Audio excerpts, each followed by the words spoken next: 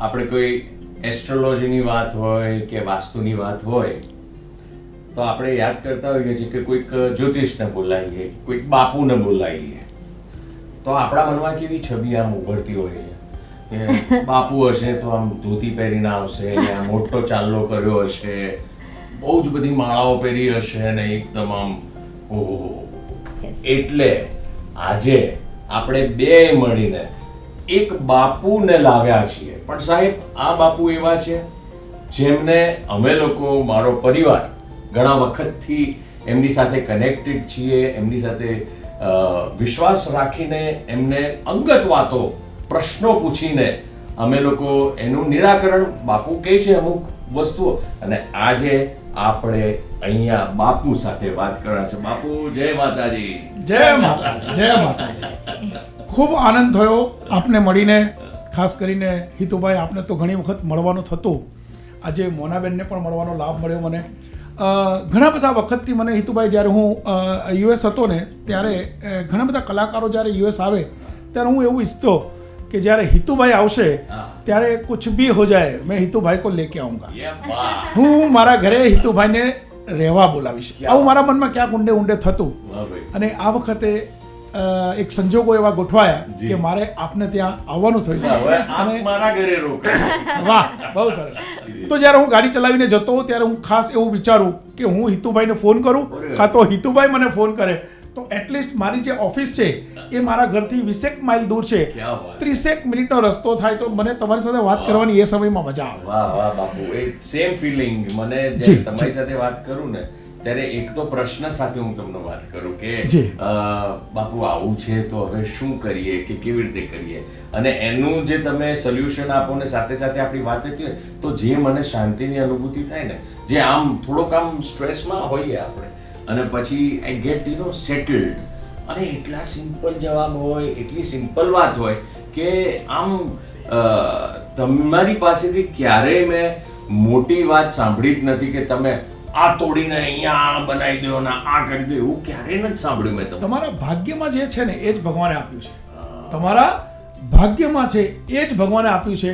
અને એમાં જો મારા જેવો કોઈ આવે અને તમને એમ કહે કે તોડફોડ કરાવી નાખો તો મહેરબાની કરીને ન કરશો. કારણ કે ભગવાન છે ને એ તમારા મા બાપ છે અને મા બાપ ક્યારે કોઈનું ખરાબ કરતા નથી. ભણતરની વાત છે તો ભણતરની અંદર સાહેબ આ એસ્ટ્રોલોજી ને વાસ્તુ જે છે, is it a science, proper science, અને એમાં સ્ટડીઝ માંગી જાય છે? કેમ કે મેં સાંભળ્યું છે કે તમે પણ એમાંથી. હું કોઈ મારા સાહેબ પાસે, જૈન મુનિ પાસે શીખ્યો અને પછી જૈન મુનિ પાસે યસ, એસ્ટ્રોલોજી હું જૈન મુનિ પાસે શીખ્યો, જેની પાસે આ 3 વસ્તુ છે એને હંમેશા સક્સેસ મળે છે. દુનિયાની દરેક વ્યક્તિ સક્સેસ માટે જ જીવે છે. તમે જોજો, કોઈને પણ તમે કહેશો કે મને તો આ થવું છે, કે મારે તો આ બનવું છે, કે મારે તો આ જોઈએ છે, તો 3 વસ્તુનો મંત્ર આલો. હા, એક્ઝેક્ટ. તો કઈ એવી 3 વસ્તુ છે કે જેનાથી તમને તરત સક્સેસ મળે? ક્યાં વાત છે, કઈક અદ્ભુત કોમ્બિનેશન આવી ગયું આ તો. જેટલા લોકો આપણને સાંભળે છે એમાંથી ઘણા બધા લોકોના મનની અંદર એ વાત હશે કે બાપુ અમને શનિની તકલીફ છે, શનિની પનોતી છે. મોનાબેનની જે લાઈફ છે ને, આ યાદ રાખજો, એવી લાઈફ હોય ને એને શનિ ક્યારેય નડે નહીં. અમુક લોકો જે મેં મારી લાઈફમાં જોયા છે કે બહુ પૂજા પાઠ કરે ને બહુ બધું કરે, અને વોટ દે થિંક કે અમે આ બધું કરીએ છીએ ને એટલે અમને તો માફી મળી જ જશે, અમે કંઈ પણ રોંગ કરશું તો અમને તો માફી મળી જ જશે, કેમ કે અમે બહુ જ પૂજા પાઠ કરીએ છીએ, અમે મંદિર જઈએ છીએ. તો જો મંદિરે જવાથી જ પૈસાદાર થવાતું હોય, મંદિરે જવાથી જ તમે સુખી થવાના હોય તો લોકો મંદિરે જ બેસી રહે. મંદિરની બહાર બેસનારા 5-5, 10-10, 15-15 વર્ષથી બહાર જ બેઠા હોય છે. તો એ વાત હું મંદિરે જવાની ના નથી પાડતો. મંદિરે તમે જાઓ પણ આનંદ માટે જાઓ.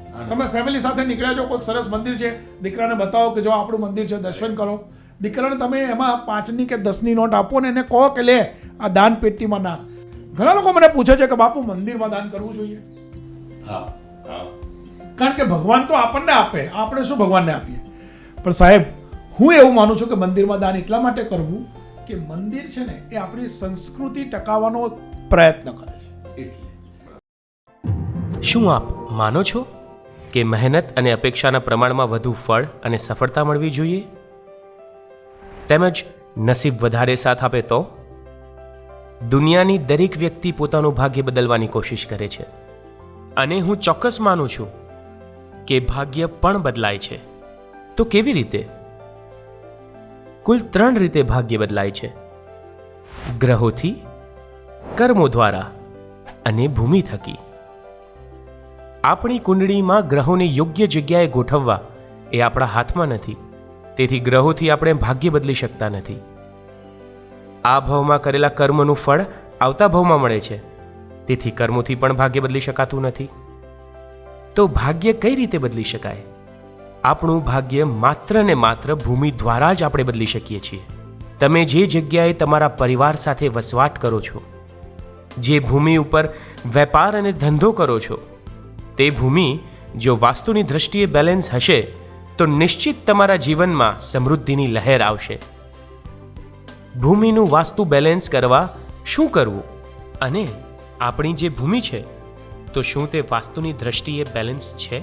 તે કઈ રીતે જાણવું? ખૂબ જ લોકપ્રિય અને દુનિયાના લગભગ 54 દેશોમાં વાસ્તુશાસ્ત્ર અને જ્યોતિષ વિદ્યા દ્વારા આપણી સંસ્કૃતિ ફેલાવનાર શ્રી શૈલેન્દ્રસિંહજી વાઘેલા બાપુ દ્વારા લિખિત સરળ ગુજરાતી ભાષામાં આપણા ઘરને વાસ્તુ બેલેન્સ આપણે જાતે કરીએ નામનું પુસ્તક, એમ કહેવાય કે એક ગ્રંથ આપણે વસાવીએ, વાંચીએ અને આપણે જાતે જ આપણા ઘરનું વાસ્તુ બેલેન્સ કરીને આપણા ઘરમાં સુખ, શાંતિ, સંપ અને સમૃદ્ધિ રહે તેવો ચોક્કસ પ્રયત્ન કરીએ.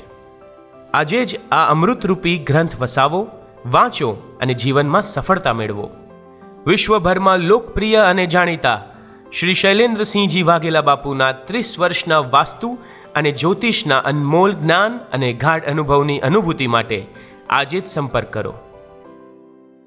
Bapu's World, 305 Chitrarat Complex, near Hotel President, CG Road, Navarampura, Ahmedabad. Mobile 989898 8868. Email ggbapu@yahoo.com.